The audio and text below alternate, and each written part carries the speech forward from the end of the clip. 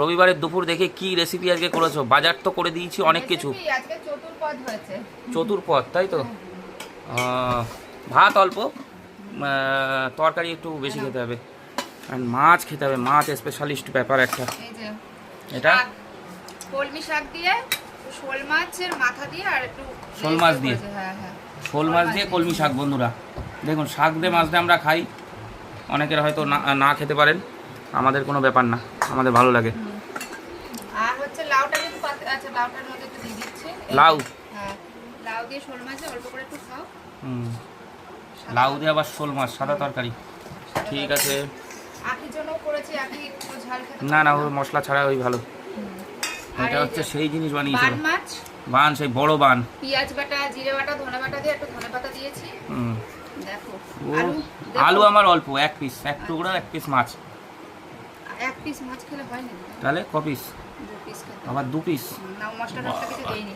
মশলা দাওনি, আসল জিনিস দাও, দিল খুশ হয়ে যাবে খেয়ে। কিসে দেবা? এই তো প্লেট। হ্যাঁ। নাও। ও বন্ধুরা, সেই চিতল মাছ। লঙ্কা কি করতে দিলে আমার? আরে লঙ্কাটা রয়ে গেছে, তুমি আমাকে দিয়ে দিও লঙ্কা, আমার খেতে হবে না। নাও, চিতল মাছের কালিয়া। চিতল মাছের কালিয়া, সেই স্বাদ লাগবে না? জানি, খেয়ে দেখো কেমন স্বাদ। তো বন্ধুরা, এবার খাওয়া স্টার্ট করা যাক। প্রথমে হচ্ছে এই যে শাক দিয়ে, মাছ দিয়ে, এই শোল মাছ। তো অবশ্যই সব কিছু দিয়ে খেয়ে রিভিউ দেবো। এটা হচ্ছে কলমি শাক, কলমি শাক দিয়ে মাছ দিয়ে। আমরা অ্যাকচুয়ালি শাকটা খুব ভালো খাই মাছ দিয়ে। সাদা মাটা তরকারি, লাউ, সব কিছু দিয়ে অল্প অল্প ভাত খেতে হবে, তাই তো? লাউটা খুব ভালো জিনিস, এটা নিয়ে কোনো সন্দেহ নেই।